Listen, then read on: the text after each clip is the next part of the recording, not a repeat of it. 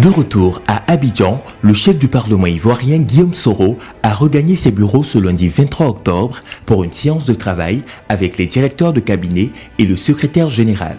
Un accueil des plus chaleureux lui a été réservé par l'ensemble du personnel de l'Assemblée nationale.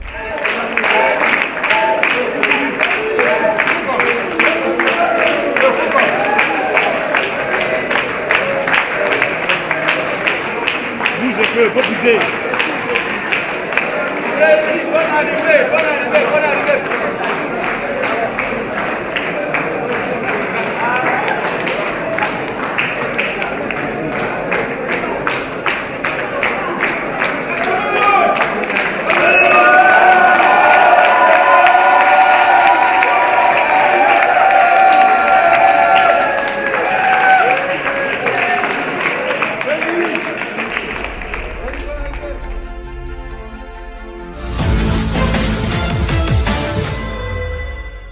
Guillaume Soro, l'infatigable missionnaire, est vraiment de retour dans son pays après des semaines passées en Europe pour une mission parlementaire.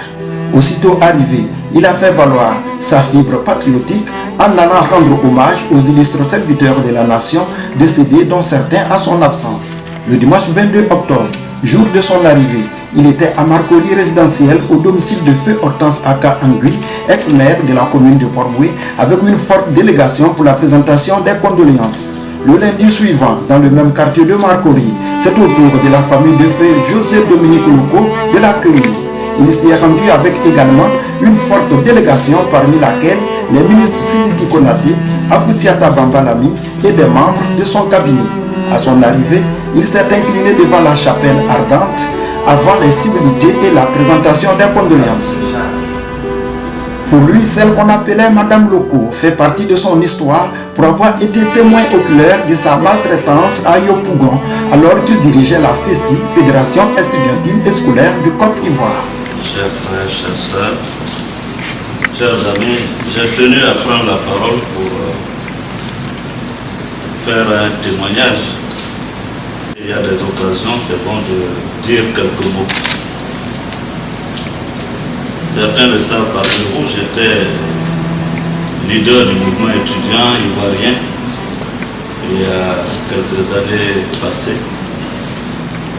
Et vous savez très bien que votre père, notre père, a eu non seulement pour sacerdoce, parce que pour ceux qui ne le savent pas, il est le fondateur des écoles locaux et qui a eu à former bon nombre de cadres ivoiriens. Il est un précurseur dans ce domaine. Et à l'époque, j'étais leader du mouvement étudiant un peu turbulent. Donc, mais gentil, un peu turbulent. Et naturellement, nous avons été amenés à nous connaître. Et ce qui me frappait dans son propos, c'était cette sagesse enrobée de spiritualité, de profondeur, d'intensité, de densité. Il nous donnait, avait-il décelé quelque chose, je n'en sais rien, toujours est-il que j'ai toujours lu de l'affection. Et c'est de ça que je veux rendre témoignage. Mais, vous ne le savez peut-être pas, mais votre maman, votre mère, au plus profond d'elle-même, a toujours tressailli, même sans me connaître, pour moi. Parce que ce que vous ne savez pas, c'est que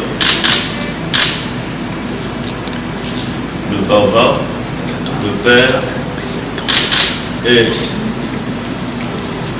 l'un des rares témoins, et maman assise ici. J'ai failli être tué il y a bien des années en arrière et vous m'auriez enterré plus tôt que lui.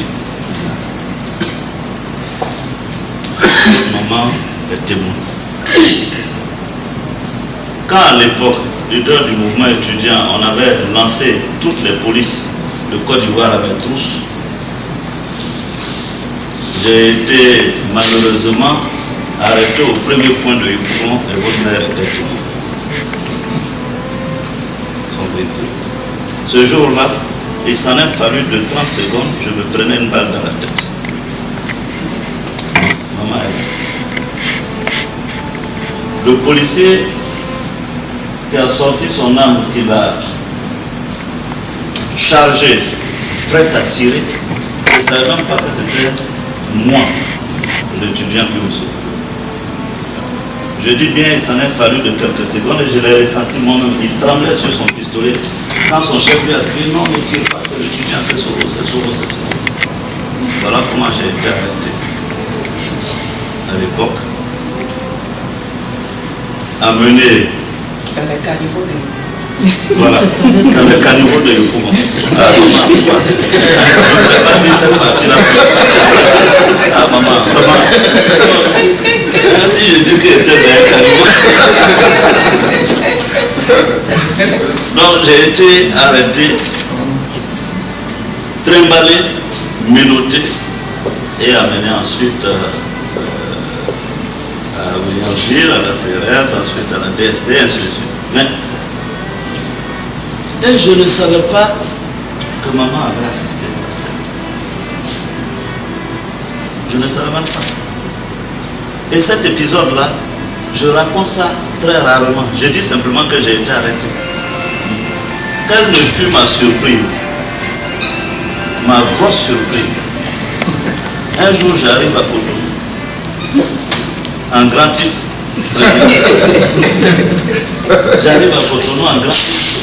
Je m'en vais pour dîner chez le consul, qui heureusement est mon père, en famille, tranquillement. Et puis maman commence à raconter mon arrestation. Je dis, mais commence à raconter mon arrestation dans le menu détail. Je dis, mais tu étais là-bas.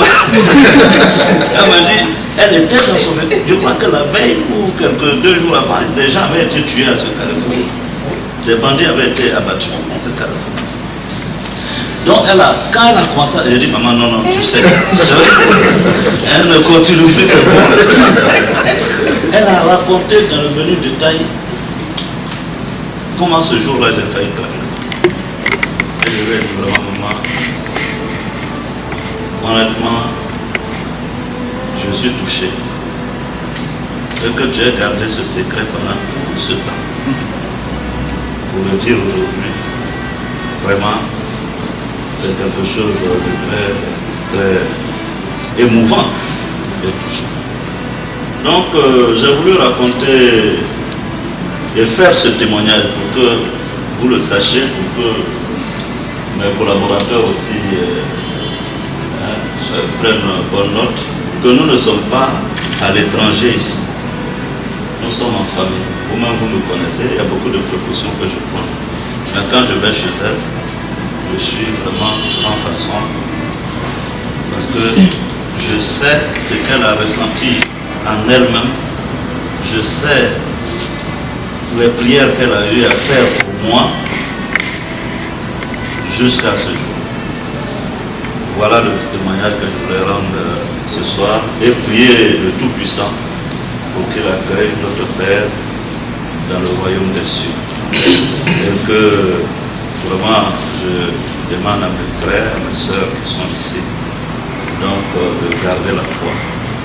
Et nous sommes là, nous sommes avec vous et nous le demeurons. Que Dieu nous bénisse.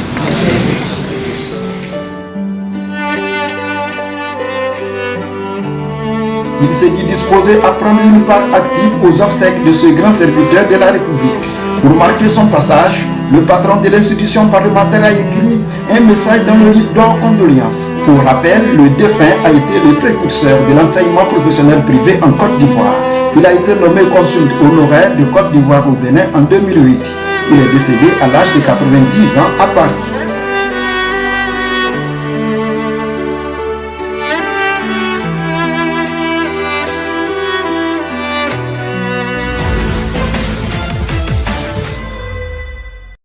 Guillaume Soro, toujours prêt à apporter sa sympathie et sa compassion aux Ivoiriens pendant le moment douloureux.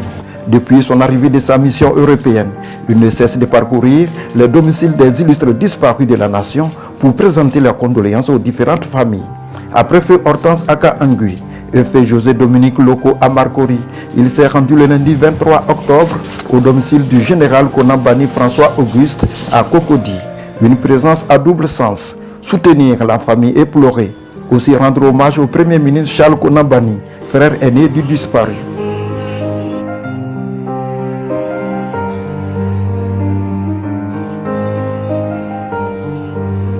Avant cela, il y a eu une levée de corps. À cette cérémonie qui s'est déroulée à Paris, Monsieur le Président de l'Assemblée nationale était là.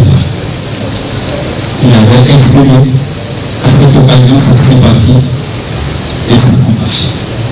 Aujourd'hui encore, Monsieur le Président de l'Assemblée nationale est là, comme vous pouvez le constater.